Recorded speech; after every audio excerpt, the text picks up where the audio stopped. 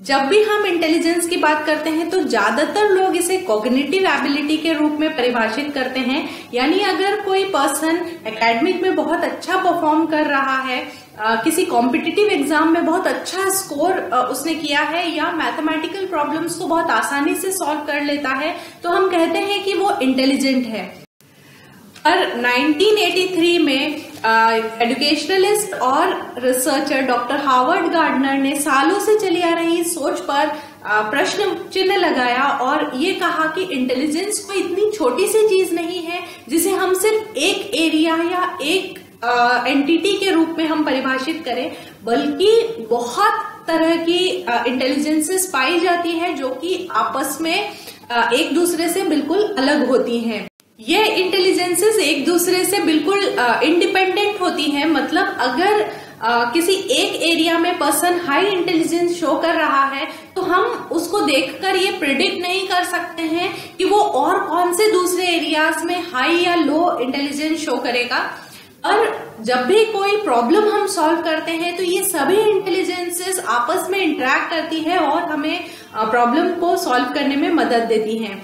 Harvard gardener ने हमें 8 different types की इंटेलिजेंसेस बताई जो कि हम सभी में होती है, पर हम सभी में वो डिफरेंट डिग्रीज में पाई जाती हैं।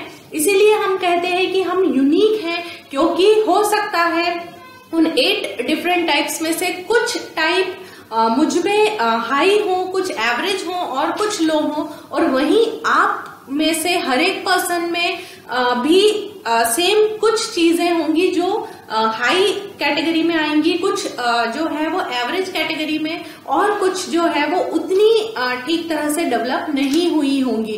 पर वो सभी 8 इंटेलिजेंसेस हम सभी में पाई जाती है, जिसे हमें जानना बहुत जरूरी है और पहचानना जरूरी है, ताकि हम अपने आप को समझ पाए। पहली होती है लॉजिकल मैथमेटिकल इंटेलिजेंस, जो कि आपकी एनालिटिकल थिंकिंग, आपके एब्स्ट्रैक्ट थिंकिंग और मैथमेटिकल प्रॉब्लम्स को सॉल्व करने की एबिलिटी शो करती है। अगर कोई पर्सन किसी चीज में आए ऑर्डर, सीक्वेंस या पैटर्न के चेंज को आसानी से पहचान लेता है, वो न्यूमेरिकल प्रॉब्लम्स में यूज होने वाले सिंबल्स को आसानी से पहचान कर उनको मैनिपुलेट कर लेता है, तो हम ये कहते हैं कि पर्सन का लॉजिकल मैथमेटिकल रीजनिंग बहुत हाई है। Scientist, computer programmers, mathematician, accountants, economist, chess player, इन सभी में स्ट्रॉन्ग लॉजिकल मैथमेटिकल इंटेलिजेंस पाई जाती है।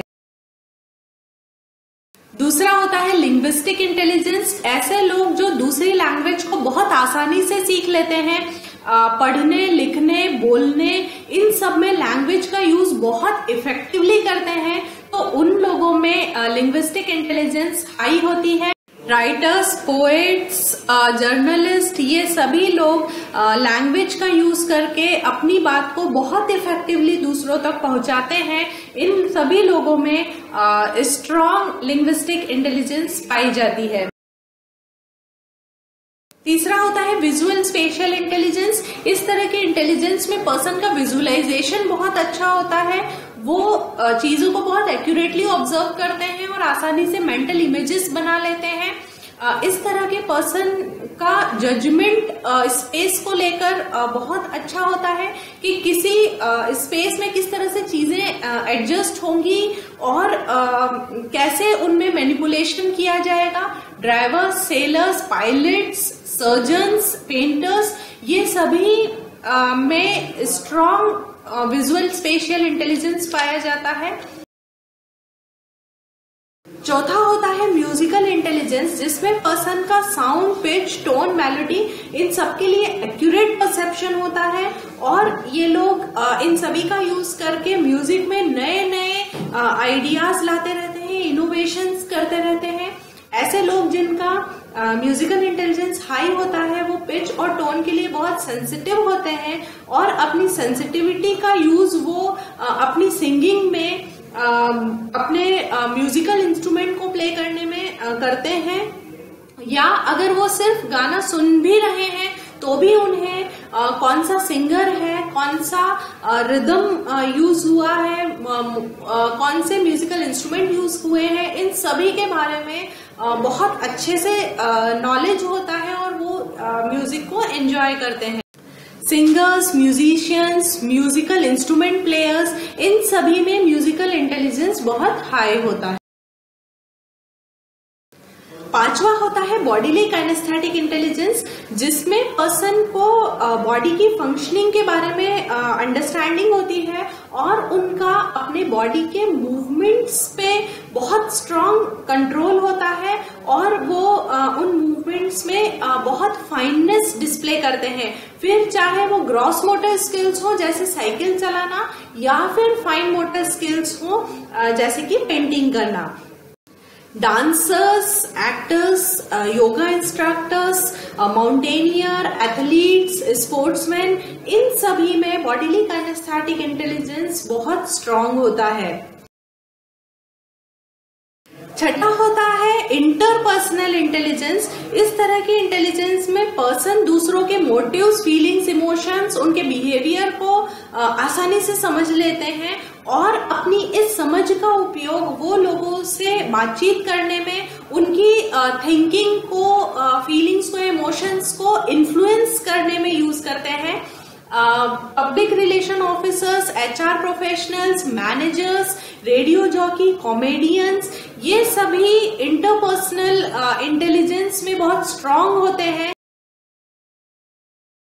सातवां होता है इंट्रापर्सनल इंटेलिजेंस, जो कि इंटरपर्सनल का बिल्कुल ऑपोजिट है। इस तरह के इंटेलिजेंस में पर्सन की सेल्फ अवेयरनेस और सेल्फ अंडरस्टैंडिंग बहुत ज्यादा होती है। उसको अपनी स्ट्रेंथ, वीकनेस का पता होता है और सेल्फ इम्प्रूवमेंट के लिए, अपने आप को आगे बढ़ाने के लिए, अपनी कमियों को दूर करने के लिए वो लगातार प्रयास करते रहते हैं।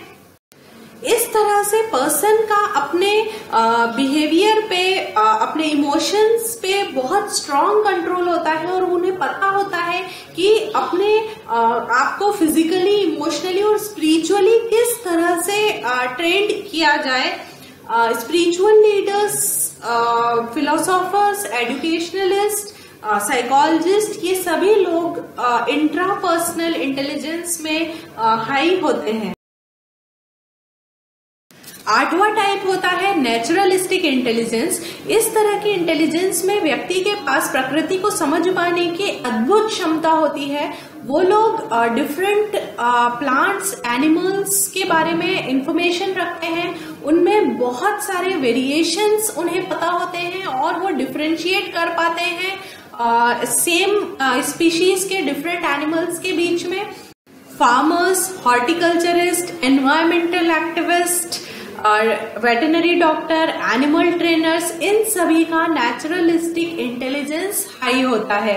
ये सभी 8 इंटेलिजेंसेस हम सभी में होती हैं, पर हर एक एरिया की डिग्री हम सभी में अलग है, इसलिए हम सब यूनिक हैं।